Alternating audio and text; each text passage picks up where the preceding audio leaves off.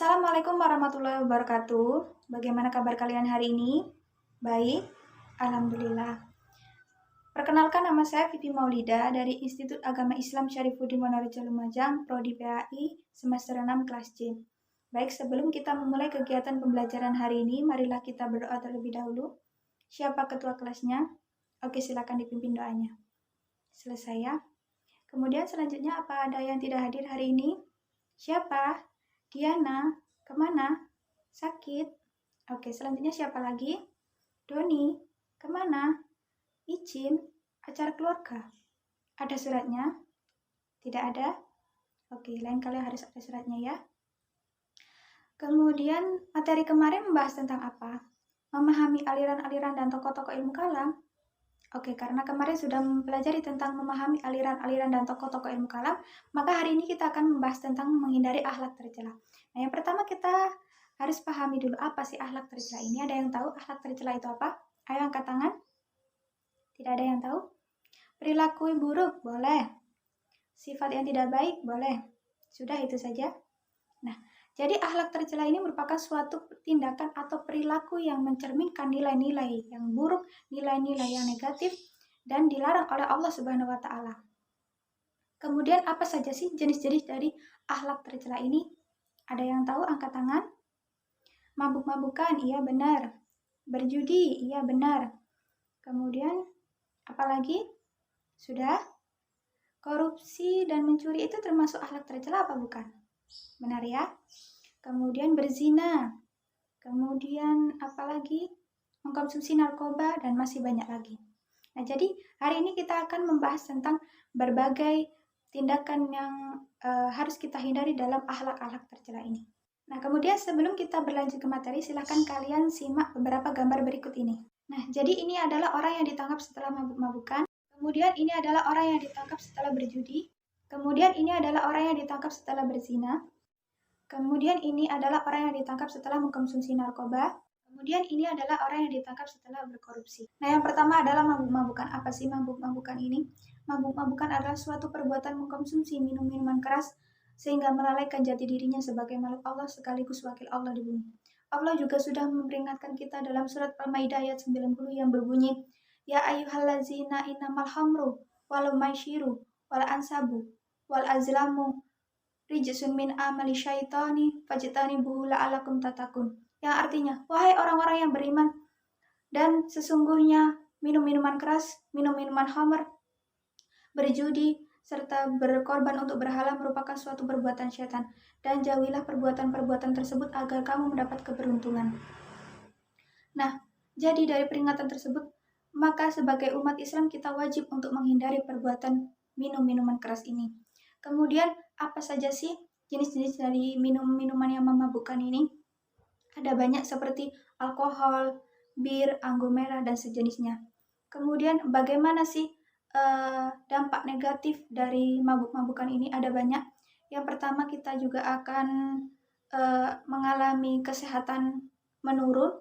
Kemudian yang kedua, kita juga akan mengalami kerugian materi karena sering mengkonsumsi minum-minuman haram tersebut.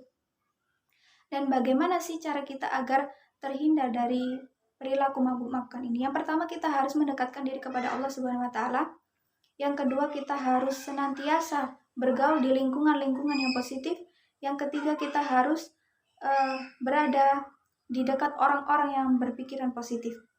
Kemudian, apa sih hikmah dari menghindari perilaku mabuk-mabukan ini? Yang pertama, tentu saja kita akan lebih dekat dengan Allah Subhanahu wa Ta'ala. Kemudian yang kedua, kita juga tidak akan mengalami kerugian materi. Yang ketiga, kita juga tidak akan mengalami gangguan kesehatan secara fisik maupun mental. Yang kedua adalah zina. Nah, apa sih zina ini? Ada yang tahu? Zina adalah suatu persetubuhan yang dilakukan oleh laki-laki dan perempuan tanpa adanya ikatan tali pernikahan, baik secara hukum maupun agama. Kemudian apa saja sih jenis-jenis dari zina ini? Ada dua, yakni zina muhsan dan zina ghairu muhsan. Nah, zina muhsan ini apa? Zina muhsan adalah zina yang dilakukan oleh laki-laki dan perempuan tanpa adanya ikatan tali pernikahan, namun keduanya masih ada ikatan tali pernikahan. Pada intinya, ini adalah suatu perbuatan perselingkuhan. Kemudian yang kedua adalah zina ghairu muhsan. Apa sih zina ghairu muhsan ini? Yaitu zina yang dilakukan oleh laki-laki dan perempuan tanpa adanya ikatan tali pernikahan, namun keduanya masih single.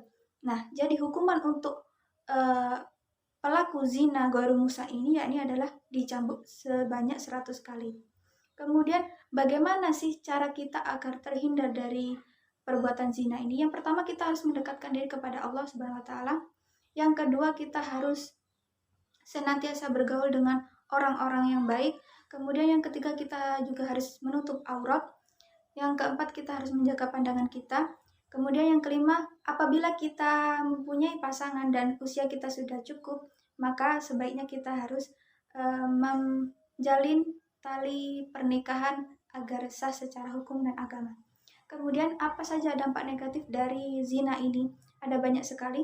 Yang pertama, kita akan mudah tertular penyakit HIV/AIDS. Yang kedua, kita akan mencemarkan nama baik kita sendiri. Kemudian adakah hikmah dari kita dalam menghindari zina ini? Tentu saja banyak. Yang pertama, kita akan terhindar dari hukum Allah Subhanahu wa taala. Yang kedua, kita juga akan lebih sehat secara jasmani dan rohani. Kemudian yang ketiga, kita akan lebih kecil kemungkinan untuk memperoleh penyakit menular seperti HIV/AIDS. Kemudian yang ketiga adalah korupsi atau mencuri. Nah, apa sih korupsi ini? Korupsi adalah suatu perbuatan mengambil hak orang lain tanpa persetujuan dari orang tersebut. Nah, apa dampak negatif dari korupsi ini? Ada dua, yakni dampak bagi diri kita sendiri dan dampak bagi orang lain juga. Dampak bagi diri kita sendiri, yakni apabila kita ketahuan berkorupsi, maka kita akan dihukum oleh penegak hukum. Kemudian dampak bagi orang lain, yakni kita akan merugikan orang tersebut karena kita sudah mengambil hak orang tersebut.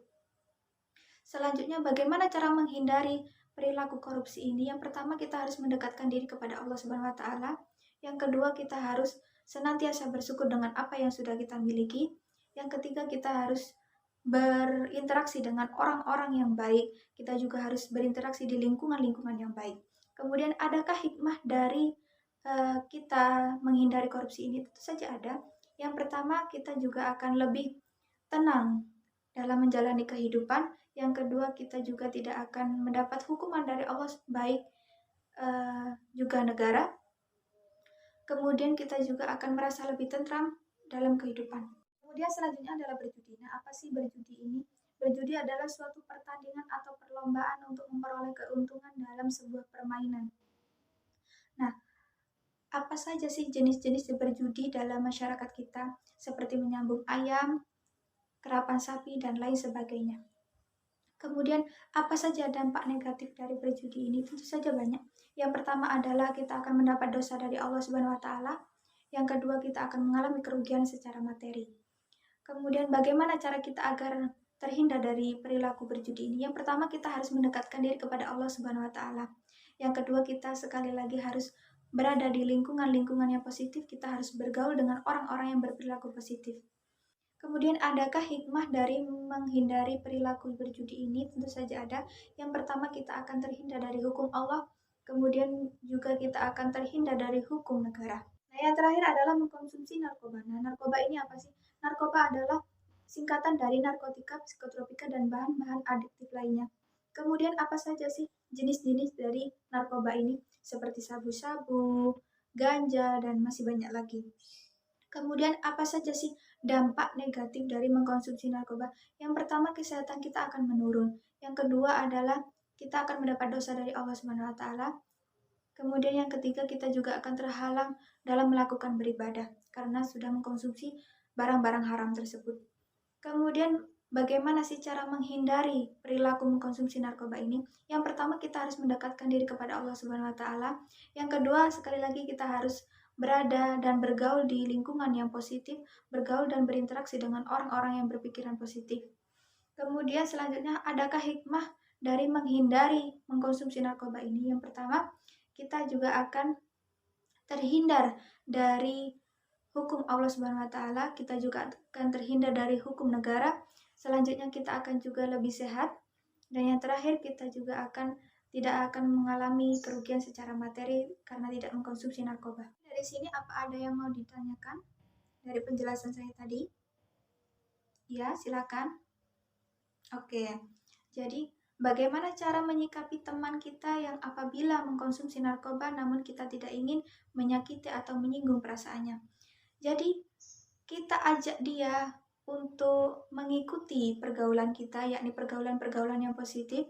Kita ajak secara perlahan, kita ajak seperti melakukan kegiatan-kegiatan yang lebih bermanfaat, seperti melakukan suatu kegiatan ekstrakurikuler atau olahraga atau lainnya, mengerjakan tugas seperti itu. Atau kita juga bisa dengan mengajak dia untuk bergabung dengan uh, acara-acara atau kegiatan-kegiatan keagamaan agar dia itu tersadar bahwa mengkonsumsi atau mabuk-mabukan ini adalah suatu perbuatan yang tidak baik seperti itu. Sudah? Tidak ada lagi? Oke, baik. Karena tidak ada lagi yang mau bertanya, silakan kalian buka halaman 75, kerjakan soal-soal latihan yang ada di buku LKS, kemudian kumpulkan ke saya. Oke, untuk tugas sudah ya. Jadi kesimpulan dari menghindari akhlak tercela ini adalah kita harus menghindari akhlak-akhlak tercela ini agar kita tidak mendapatkan dosa dari Allah, sekaligus kita juga tidak akan mendapat hukuman dari pihak negara.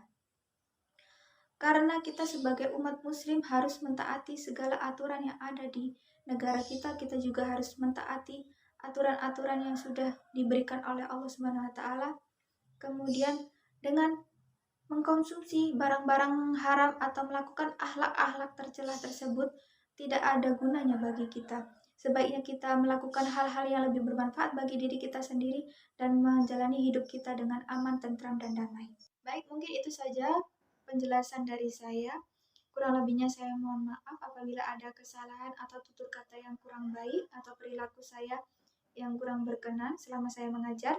Kurang lebihnya saya mohon maaf. Wassalamualaikum warahmatullahi wabarakatuh. Silakan dipimpin doanya. Selesai ya. Assalamualaikum warahmatullahi wabarakatuh.